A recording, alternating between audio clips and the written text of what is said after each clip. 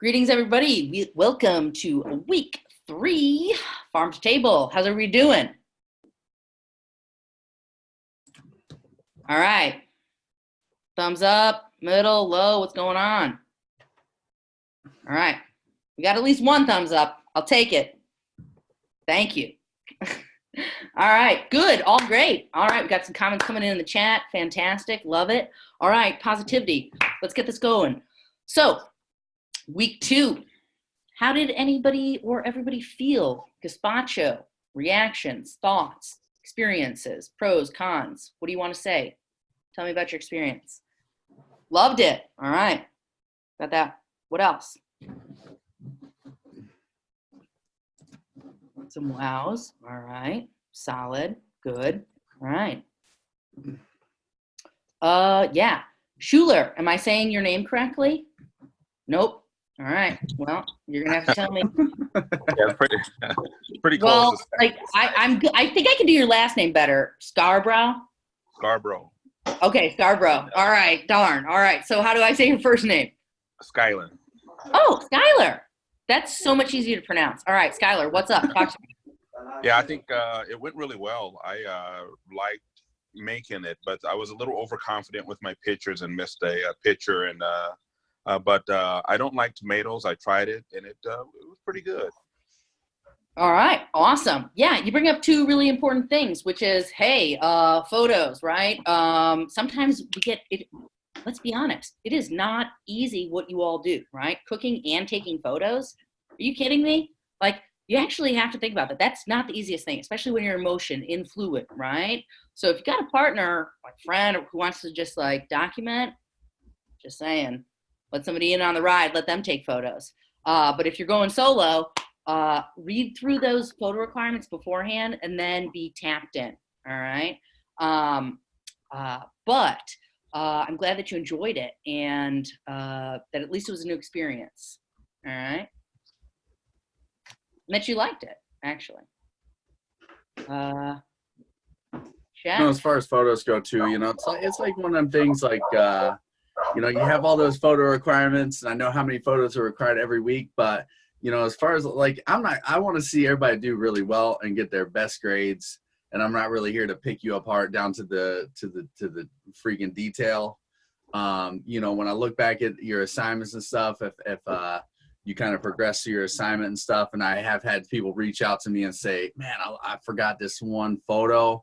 Like, I realize you're not going to go back out to the store and set up your whole assignment again to set up a mise en place, or because you forgot one thing or this or that.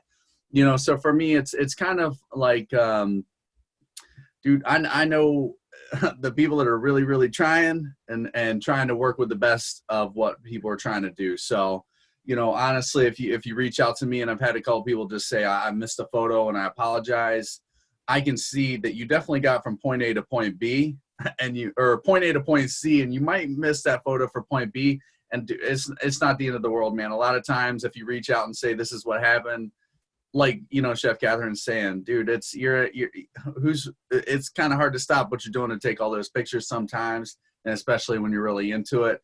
So we get it. And I really wouldn't, you're not going to live or die by a missed single photo on your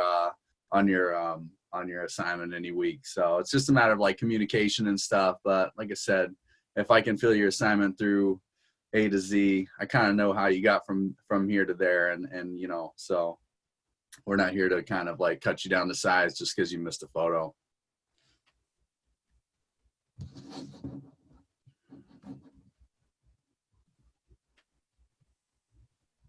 Sorry, I was in the chat. 100%. And to those who said, hey, you know what? I did redo that and I made it up. Props off to you. 100%. Go for it. Guess what? You know what else that teaches you? Attention to detail and execution. Repeat that dish. All right. Like if you want to push yourself, like this is okay. So here's where we're at, right? We're in CU222, your last cooking class before you go on to externship.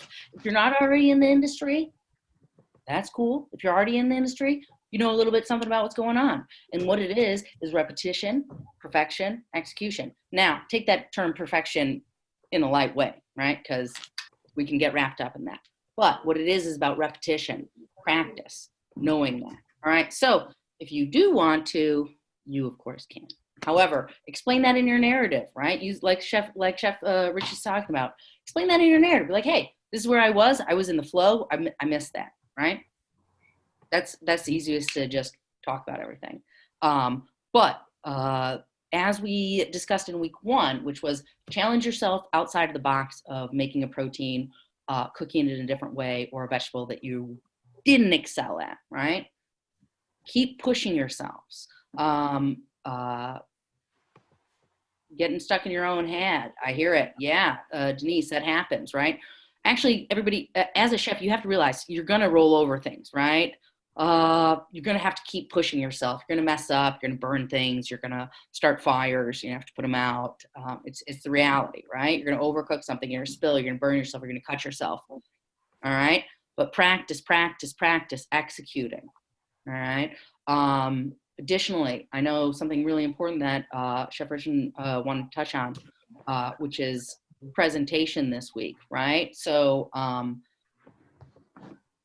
let's hear it, Chef. All right, cool.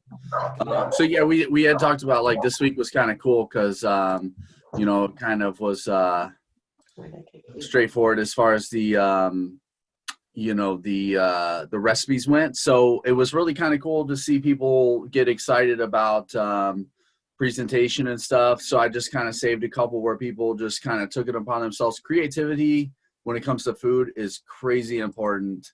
You know, when you're looking at cold soups, it really comes down to freshness of ingredients. The presentation's got to be fresh.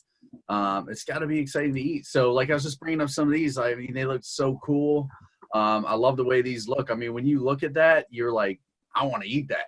And that's really what makes food. You eat with your eyes first. So you see something like this, damn, that's really cool, you know, and this is what summer soup, cold soup is all about. It's got to look fresh. You know, wintertime, you expect kind of almost more of that dull kind of food, cooked out food, things that are braised, that are cooked for a long time, that heavy food. But like this right here, this looks super fresh.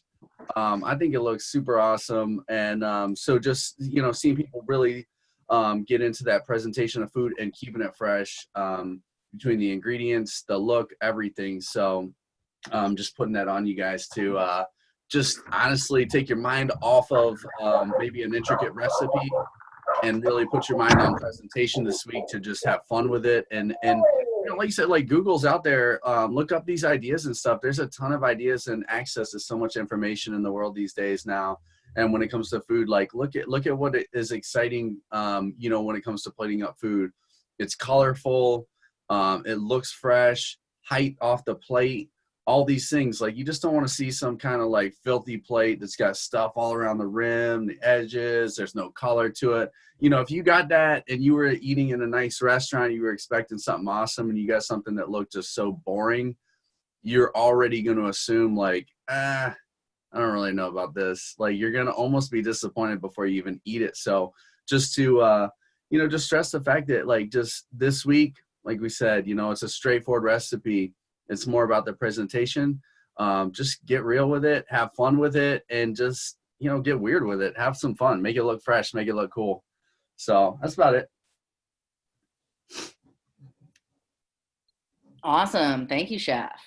Yeah. All right. So class, all about elevating, right? We're really continuing to push techniques and new to cook food. All right. Sorry about that. And so that's really what's important, okay? Presentation, execution, striving to think out of the box, like Chef said, right?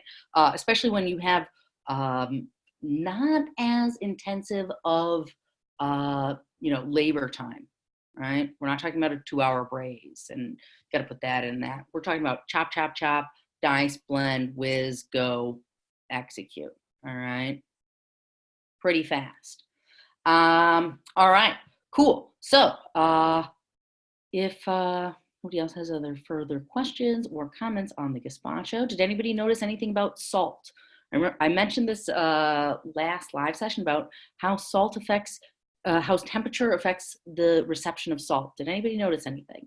Did you think you had to add more or less than a cold or a warm thing?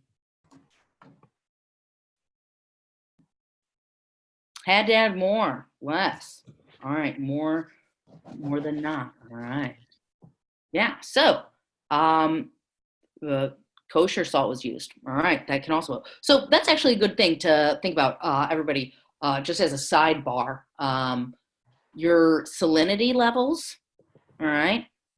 What do you normally put in, let's just talk about this brief segue, all right? Because we're going to talk about salt as an important component in preservation later in this block. But does anybody know how salt varies in salinity content? Is iodized salt the same as kosher salt, the same as sea salt, Himalayan salt? What does anybody think? Same weight? They're all different. Yeah, you're right. Not the same. All right. And chemically, no. All right, all of you are correct. It is not. So if you get accustomed to using one type of salt, then you're going to know how that salt, what level. Do you need more or less? All right. It's really easy to get accustomed to that. That's why you have to always actually be tasting your salt. Thinking about the density, right?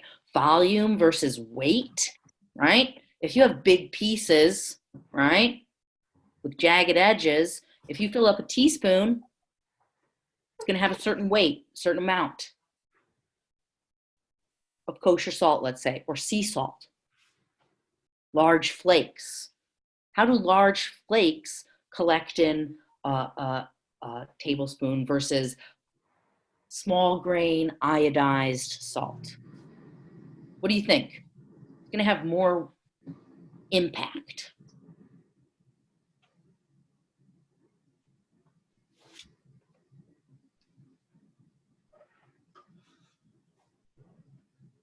Remember, it's a free zone. Volume, weight, what are we talking about? Can I just say something? As we're in the I'm looking in the chat and somebody just said I'm not a big salt person. Like, man, that is something that as you get in the industry, you're gonna have to come to grips with, because I used to tell staff of mine as a restaurant owner, man, the best you could present the baddest looking dish you've ever made, and the best way to shortchange that dish is to under season it. Salt is so important. And I wouldn't really pitch this to like a beginning culinary class, but as you're getting ready to go out, salt is going to be your best friend. It's going to be really super important to you. So what, as we're talking about this, the different types of salt is, depending on how much you're going to use. But man, between soups and sauces and all these things, if you don't season them with salt, people are going to say, man, that look good, but it's super important. You might not like to salt your food, but when you work in a restaurant, especially a nice or high-end restaurant, people expect their food to come out ready to eat and maybe not even have salt on the table. 100% properly seasoned. All right. 100%. Skylar, I see that you put your comment in because I was going to call on you. The smaller the grain, the more you will use.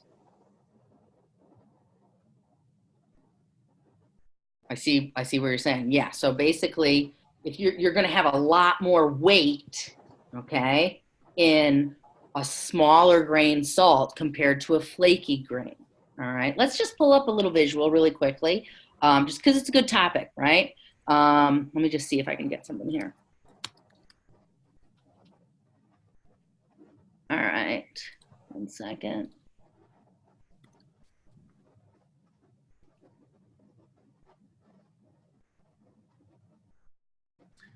It's almost like the finer the salt, the less sodium it has. It gets confusing because maybe we're going down a crazy path right now, but let's just do this for 1 second.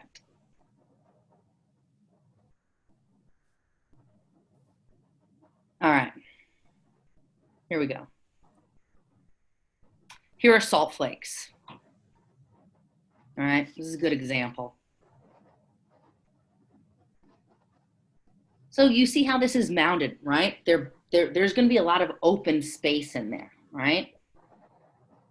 That salt is stacked on top of each other. It's not a tight, every little grain of sand, right? If we think about salt like sand, right? Like this, right? Something that looks like this, iodized salt, right? That comes from the salt shaker. That is packed in like a tight mound of snow.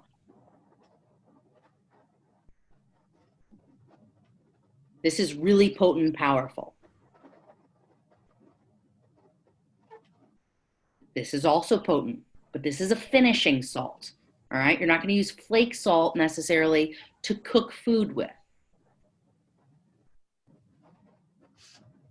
All right, you're actually most likely not going to use your iodized salt for a lot of cooking. You're going to use a lot of kosher salt in restaurants for your cooking medium, all right? As you can see, that grain is somewhere between that teeny little fine grain iodized, right, and your big flakes.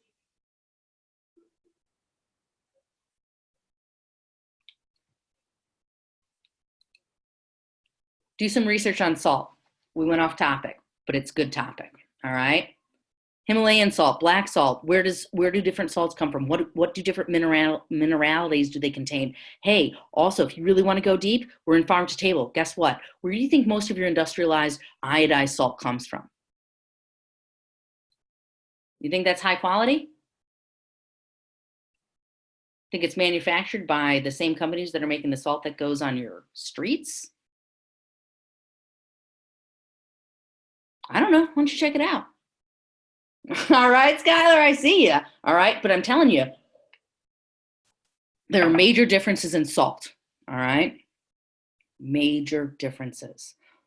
If you got a spice store in town, or you can order something, get a little teeny packets, check it out.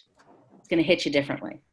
All right, you're going to start to understand how salty that is. Taste iodized, taste kosher, taste some sea salt if you can. See how it tastes on your tongue. The only way you start to know what things actually taste like and how they impact food is by tasting that directly. Gotta know. Because if you just dump salt into a pot, how salty is it?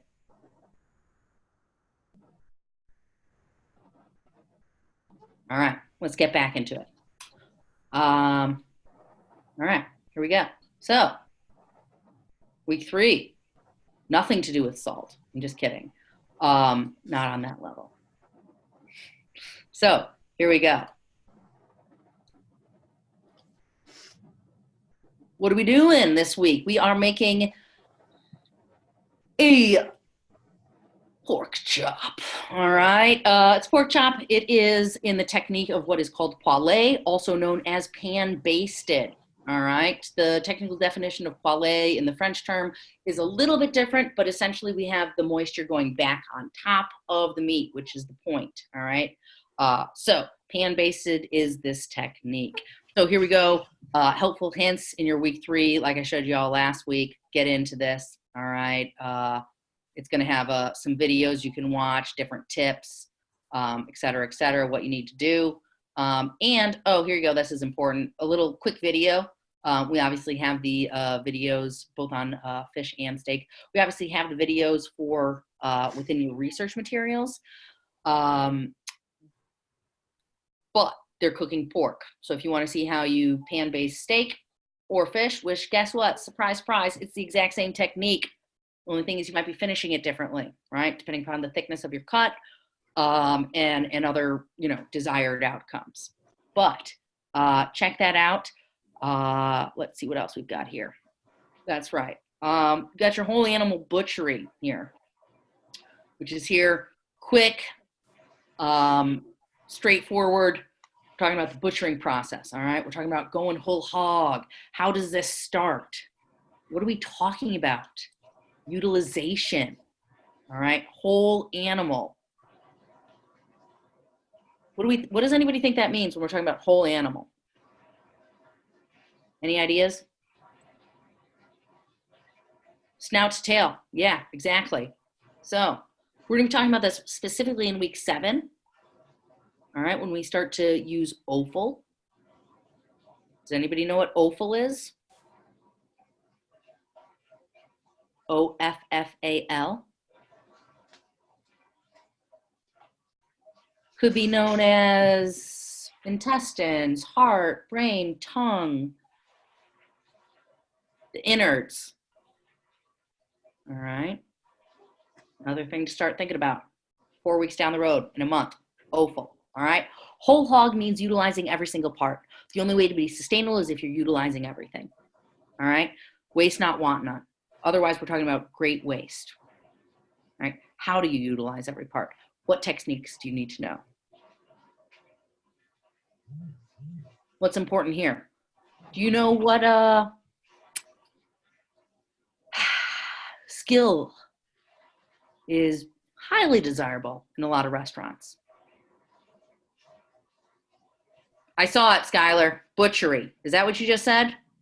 Yeah, I saw you mouth that. I got you. All right. Butchery. Exactly. Breakdown. Butchery. 100%. You know how to utilize your cuts and break down a bird, right? Poultry, duck, et cetera, et cetera. Those are all going to be the same. A cow, a goat, a pig. You are valuable. If you know how to prepare each of your cuts. What do you do with, let's talk about a chuck.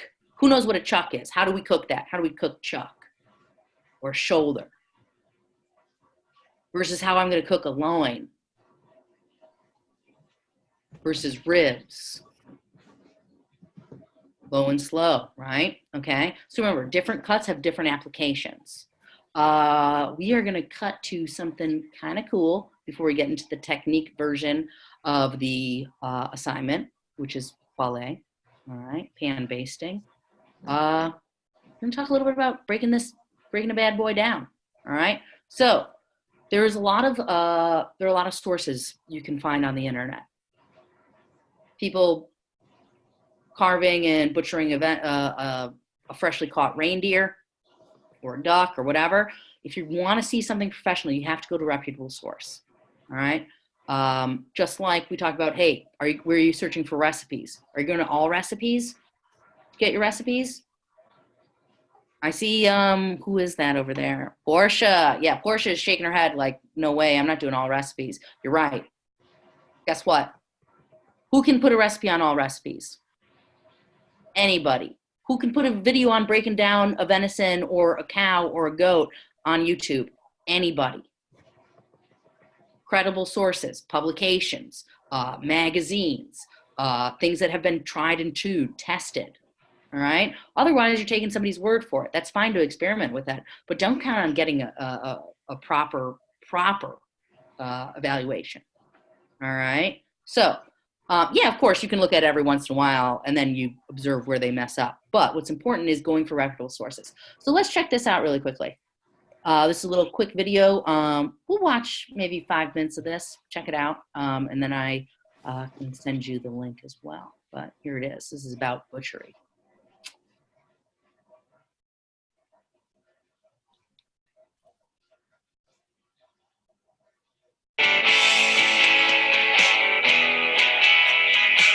So we have Bluegrass Farms here. That's the BFW. We have an individual lot number, which is assigned to each animal. And this is the first side of 2 sides of this beef.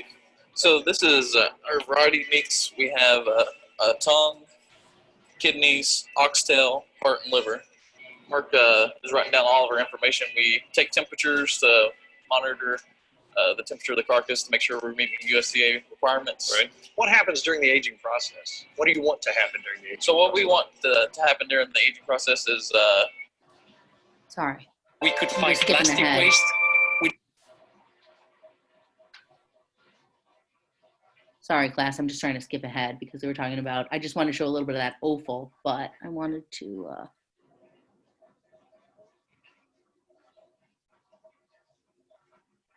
The power of a bottle. It's called Repo, and it's a... Sorry. Shooters. All right, hold on. Somehow I got a little messed up with this view because it's pretty awesome. 1 sec, class. going to get into it. Chef, you want to talk about whole animal butchery and any of that you did at your restaurants while I pull this up and get this set? Yeah, Sorry. actually, you know, I love like getting that, you know, breaking down our own meats and stuff and seeing where they come from. I actually used to deal a whole lot in a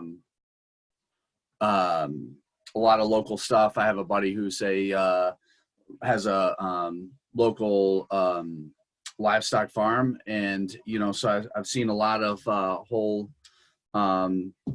everything between cows, pigs, sheep, ducks, chickens, everything raised on these farms that are broken down, and it's pretty interesting to see the whole process that goes down. And it's really interesting when you see, especially as they actually start to grade all these meats too, as they come off the farm and everything, and how they come down. You know, obviously, you know, prime, choice, select, and you know, coming off of a local, organic, or you know, naturally raised farm, all this prime beef that comes off. It's pretty incredible stuff. It looks really, really nice. It's kind of weird, you know, in the industry too.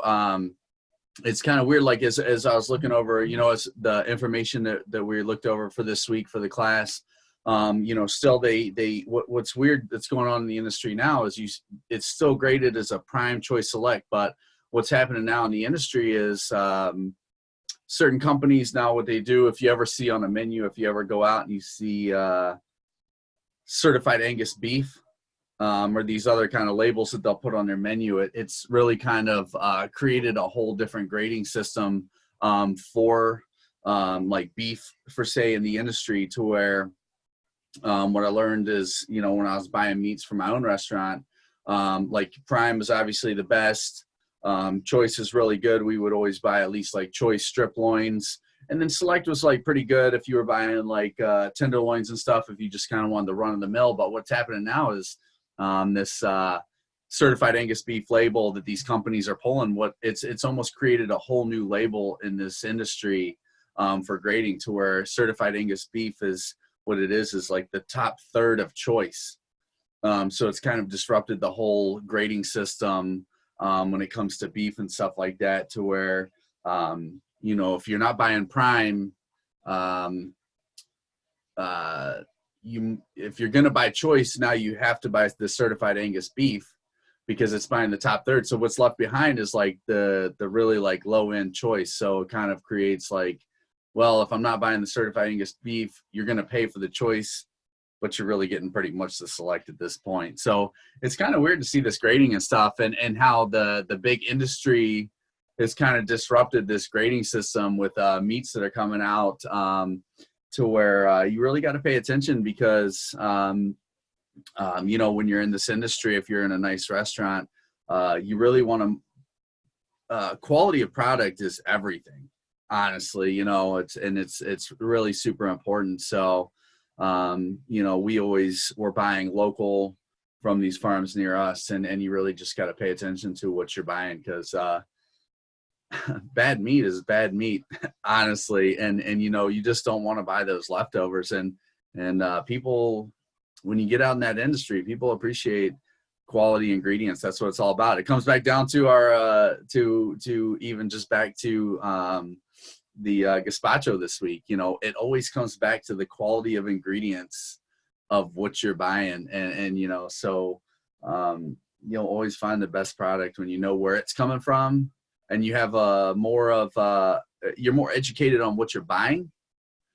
It always pays off, and it reflects in your menu. It reflects on what goes down to that plate to those people, and people that are eating your food are really gonna appreciate that quality that you're looking for. 100%. Thank you, Chef. So I finally was able to relocate that. Sorry about the little mishap. Sometimes trying to do this whole tech thing, we all get it, all right? Things happen. Click one button and it's all messed up. But I want to show you this little clip of breaking down a side, because not many people have seen what it looks like to break down a side of beef, all right? So I want to give you a little clue into what it looks like. So here we go. Fingers crossed we work this time.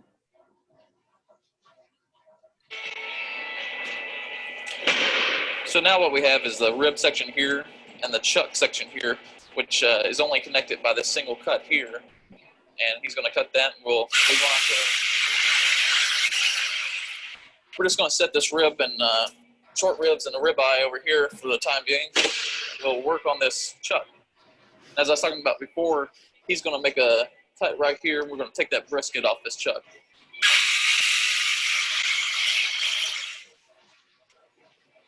So this is what the brisket looks like prior to taking the bone out.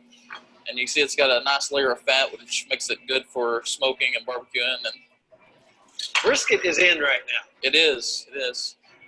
I think Mark has done this a couple 100 billion times. He's been in business a long time. This is go to your market. Very nice. Now what we're going to do, we're going to flip this chuck upside down here.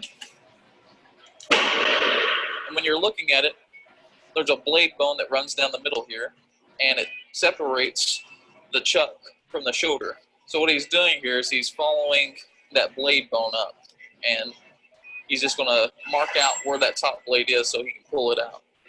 So he's got it marked out, and he's about to pull it off.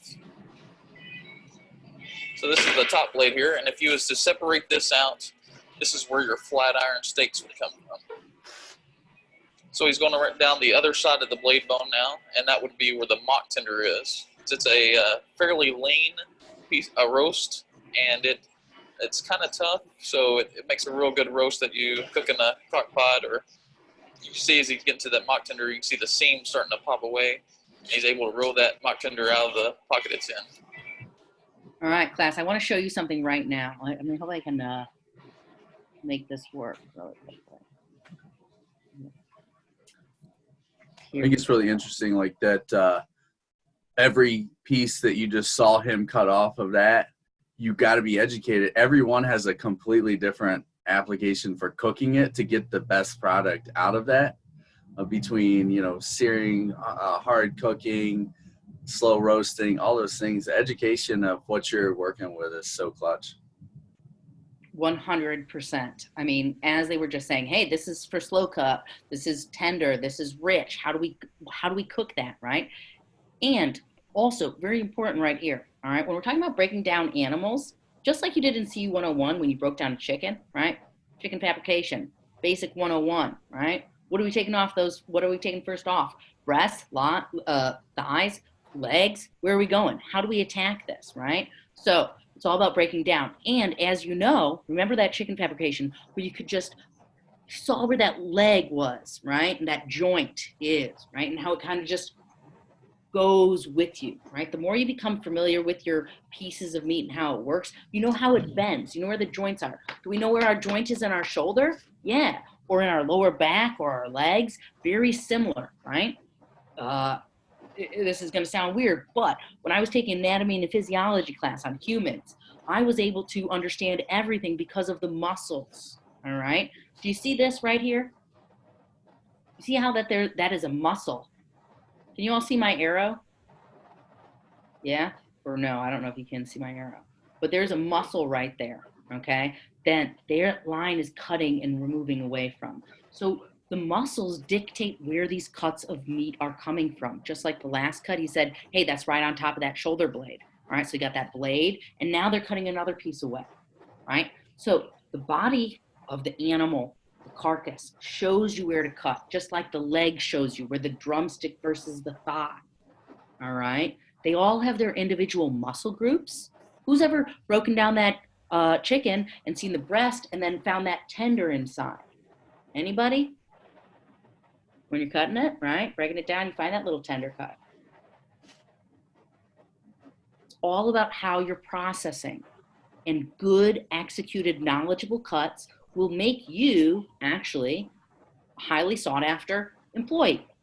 Because you can get a larger cut of meat in and you can break some stuff down. You have knowledge about that. All right.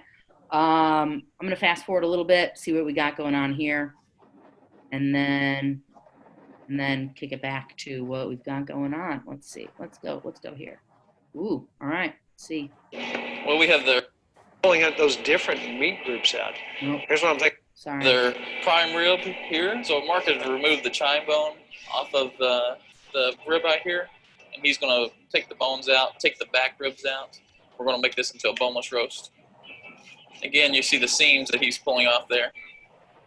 So we got the nice fat cap on the back of the ribeye here. Now he's going to remove the tendon and the back ribs. So now we're left with just the tendon left in the ribeye there, which he's removing. We got our back ribs ready for the grill. So we're ready to cut it into 1-inch steaks now. I'm impressed. So if we'd lay these out. All right. So what else do we think happens when you buy larger cuts of meat?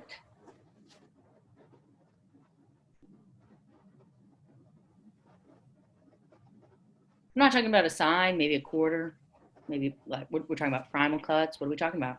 What do you think you can do? See somebody in the chat. It's cheaper. Yeah, everybody. Skylar, Denise, Melissa. Yeah, bing, bing, bing. You're right. It is cheaper. Why? Because you didn't have to pay somebody else to process that, to trim the fat, to do this, to cut into portions. Something to think about, right? What can you do in-house? Do you have skilled labor that can actually portion that out? Do you not? Every establishment is not going to have somebody that knows how to do that. Some will. It depends upon where you're working. Butcher in-house. Yeah, exactly. So, do you think you want to have a butcher in-house when you have a steak joint? What do y'all think?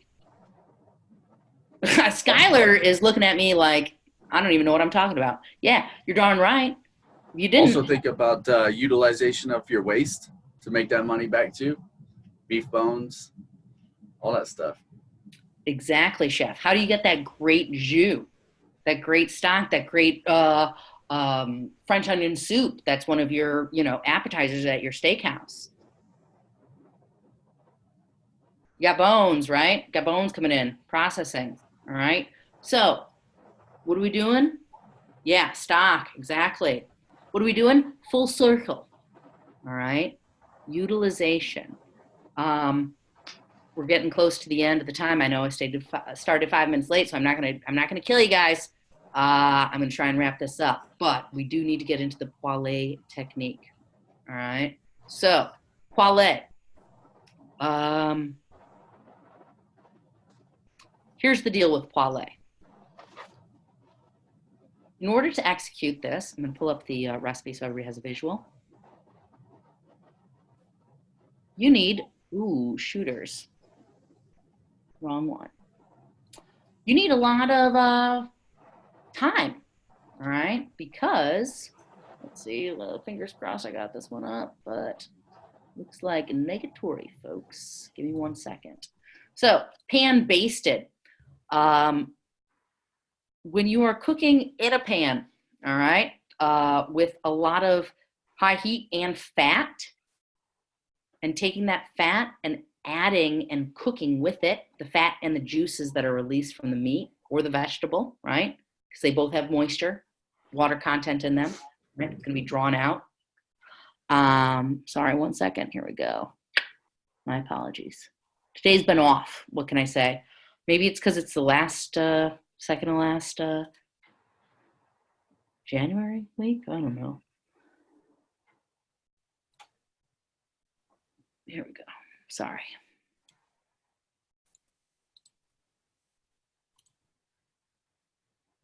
Had this all up earlier and then I messed it up with that YouTuber. All right, cool. So here we go. Pork chop, right? This is the poêlée, all right? Basted pork chop. As you can see, it does say poêlée, basted pork chop. Over here, I think it says poêlée. Yeah, poêlée, all right? So it is the poêlée technique. However, this is a basted pork chop. Could be a basted steak, could be a basted fillet of fish. If you have any type of religious or ethical reasons or actually medical reasons why you cannot eat pork, that is totally okay. Simply write in your narrative, hey, can't do X, Y, and Z. I'm substituting steak or fish. Okay? Now, what's most important here? You need a thick piece of meat. We don't want to see any thin pieces of meat. This is not how you cook a thin piece of meat. How do you cook a thin piece of meat?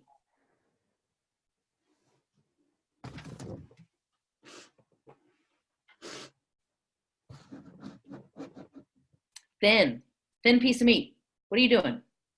Got a lot of surface area. Anybody? Fry. Okay. What else? Fast and high. Yes, exactly, Denise. All right. You can do quick high heating, right? Thin piece of meat, most likely, right? That's what you're gonna do. Thin piece of meat, high heat quickly. A thicker, bigger cut of meat, you're gonna slow and low braise, right? So if we're doing some type of hybrid here, which is a sear, and we're then adding liquid, we want something that's of medium range. All right, medium range. You don't want to go for a really thin pork chop cut. You want to go a little bit thicker. You want at least an inch on that. All right. If you're going for steak, you can go thicker. Also fish, you can also go thicker. All right. So back in it. Here we are. All right. You're going to take a pork chop. You want to get that pan nice and hot. All right. But it should be thick bottomed. All right, really important here. If you have a cast iron skillet, highly recommend it. That's how I use. Right, when I'm pan basting, I prefer a skillet, cast iron. If I can't get that, I can still manage it. I'm gonna have to control the heat a little bit, especially if I'm using aluminum, all right, or a thinner metal. You gotta really know how to control your heat on this. All right. Now, I will give you some leniency with this 2 tablespoons of butter or oil. Can you use a combination? Yes, most definitely. What has a higher smoke point? Vegetable oil, like a neutral vegetable oil, or butter? We got anything in the chats, Chef? Anybody saying anything? Yeah, oil. Oil, yeah, you're right. Yeah. All right, oil has a higher smoke point. Butter's gonna bring that smoke point down. Where's more flavor? Butter. Butter's going to add flavor. It's going to add to that Maillard reaction. Do you guys remember that term Maillard? M-A-I-L-L-A-R-D, Maillard reaction. You guys remember that? Get on it if you haven't. Caramelization of proteins. Maillard reaction. What makes stuff taste good? The Maillard reaction. How do you caramelize onions? Maillard reaction. How do you get that crispy deliciousness on meat? Maillard reaction. You got people asking about clarified butter too. Clarified butter, you're going to increase that heat. Heck yeah. Heck yeah. Honestly, if I was going to poêle, if I was going to baste at home, I'm going to do a little combo. If I have some clarified butter, like ghee or actual properly clarified butter in that sense, yeah, I might toss in a nub of fresh butter at the end, right? To get a little bit more of that color and flavor development. Clarified butter is going to increase that smoking point. All right. That's why I suggest, hey, butter or oil, do a little combo, oil and butter. If you have clarified butter, go for it. All right. Like the olive oil, stuff like that. Olive oil's got a low smoke point, everybody. Right. Refined, you're going to have a higher one. Extra virgin fresh press, second press, check the color, check the smell, check the odor. Do you think a really fruity, fragrant olive oil that's like deep green, can you put that on high heat and it's going to be fine? What do you think?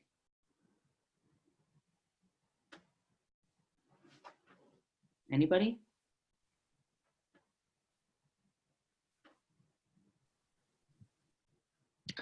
Okay, I got to know, finally. Yeah, you're exactly right. A fruity olive oil that has color and depth and soft aromas, that is not something that you want to go on high heat and try to sear something with. Extra virgin, right? Extra virgin, fresh press, all of that stuff. Avocado oil. It has a relatively high smoke point. I would have to do a little bit more deeper research on its specific smoke points. Grapeseed oil is even better. Grapeseed oil, yeah, higher smoke point for sure. This is really important stuff, everybody, right? What is your concoction? What's your price point? Who thinks that, can I drop in some oil or butter? What's going to be more cost effective?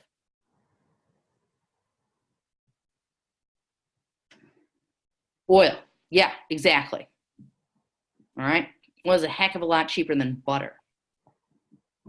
Are you clarifying butter on in-house? How are you purchasing your clarified butter? What are you doing with the excess remains? Are you doing anything with it? It can go really deep. You can get crazy, to be honest, right, Chef? Oh yeah. Yeah, exactly. So, okay, what did people do when all they had was lard from pigs? They used lard from pigs. You're totally right. Yeah, guess what? It tastes delicious, has a decently high smoke point, adds flavor, all right? And that is a byproduct. How do you think they got that lard? It wasn't from saying, take that pig, take the meat, discard everything else, right? Lard was a byproduct of producing the meat and putting that out. Do you know what McDonald's French fries used to be fried in? Anybody know? Beef fat. Yeah. Saw you, Mac, with that beef fat. Yeah, right. All right. Beef fat. They eventually had to change their recipe in order to, fall in line with vegetarians' demands. Right. Same for the pies. Yeah. Oh, those apple pies. Yeah, beef fat all the way. Guess what? Lard, beef fat, animal fat actually yields a different texture in the end. All right. There's a reason why in certain pie crusts or any type of flaky pastry, are you going to use margarine? Are you going to use butter? Can you use oil? Do you need a hydrogenated oil that has structure? All right. We're going too sciencey. We're getting too crazy, but let's have fun with this. All right. It's all about being scientifically aware, or not even that, just conscious of the fact that different fats have different reactions. Whether it means it can take high heat, or it gets a flaky, crispy dough, or it lowers your cholesterol. Whatever, okay? Who knows? Do your research. Know what you're using. Know when to use it. Know which oil to use. What oil do you put on a salad versus what oil do you cook with?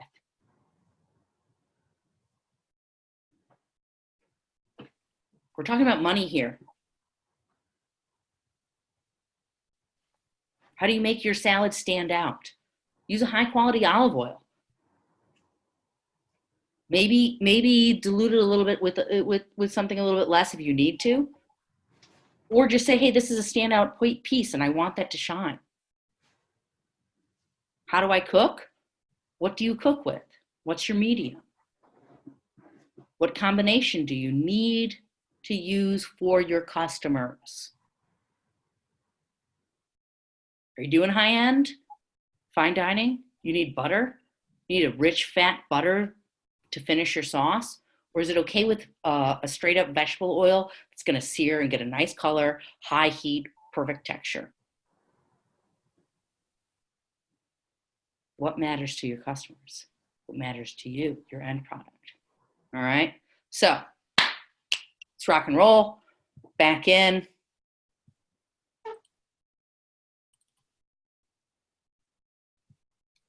Easy peasy, actually. All right. This really can't get easier. All right. You've got 3, 4 ingredients, right? Make it work. Concentrate.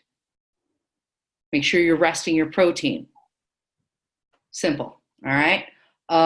Your vegetable, by the way. Let me just pull that up. It's actually the exact same method, so don't even worry. And I know we're dragging this out. Sorry, guys. I'll be done in 2 minutes. But here's your veg recipe. I want you to take note on one very important thing, which is this. All right, so here we go. Your basic veg recipe. Specifically, it states here root vegetable. We would love for you to use root vegetable. Why do you think we want you to use root vegetable as opposed to what is shown in the video, which is a zucchini and yellow squash? Why do you think there's a difference? Anybody have any idea? A root vegetable versus, oh, all right, what do we have?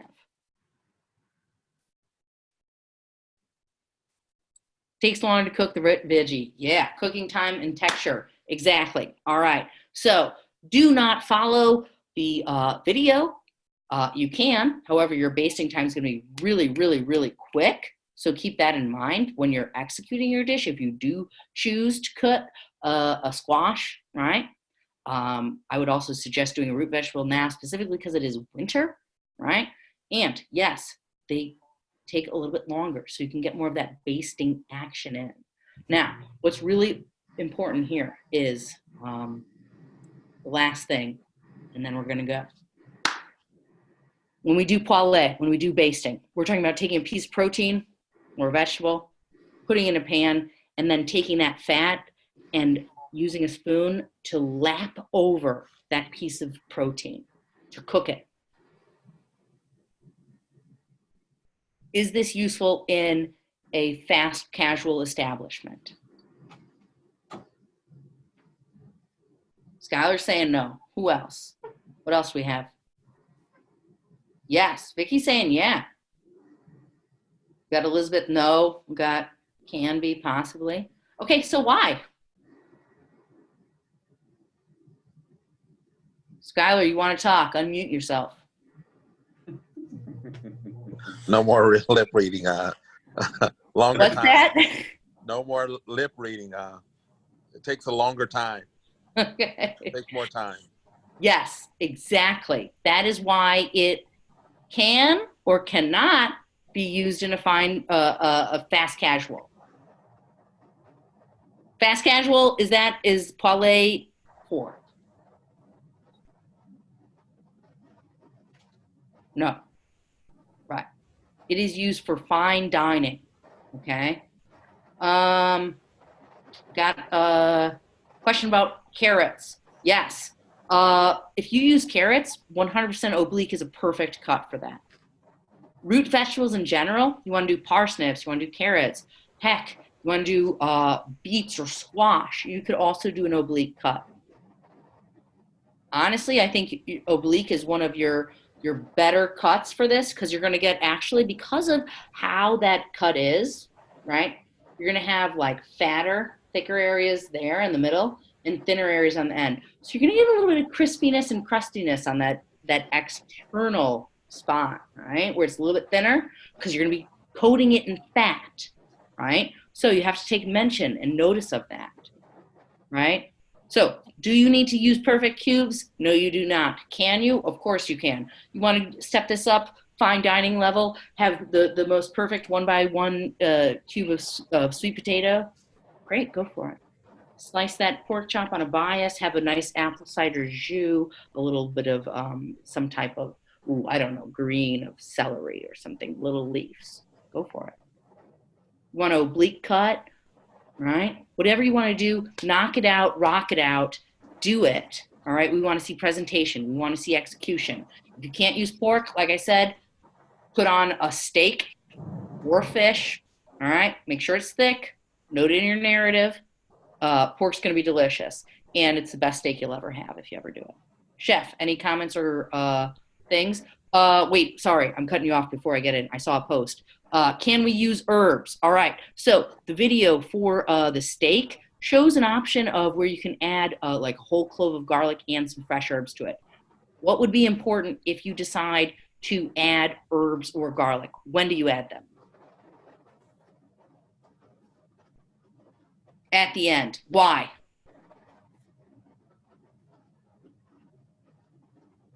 So that it ain't burn, for the flavor. Yeah, and what else? Bitterness, right? Yeah.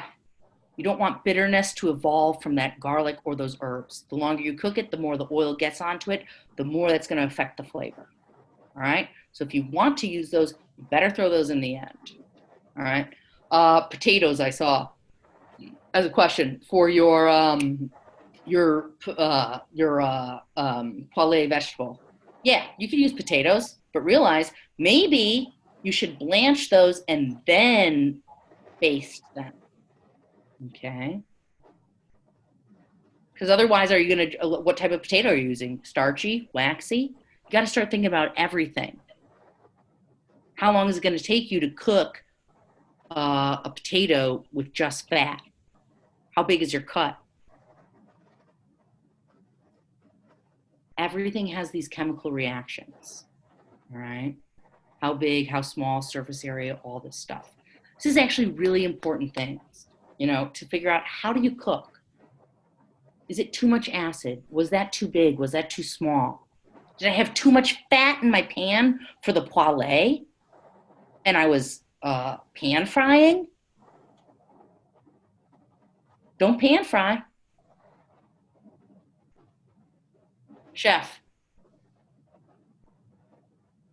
I think, I mean, you did a good job covering everything. I mean, honestly, just one thing that I just, you know, thought was super important about tonight, and it's not even necessarily about the assignment, but just educate yourself on everything you're using. There's such an application. There is an application for everything you're using, like we talked about with fats and stuff. But, you know, it's like you're not going to, you know, you're not going to braise a beef tenderloin. You're not going to try and sear off a pork butt chunk, you know. So educating yourself as to the best way to get the best end product and knowing exactly what you're working with. So just really, you know, it's there's so much information out there that's so readily available. So I say just get into it. Google everything. If you have questions, just get into it. There's answers to everything when you want to look it up. But educate yourself in what you're working with for sure.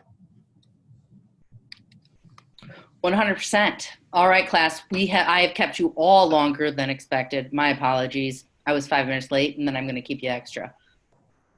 Don't hate me for it. All right.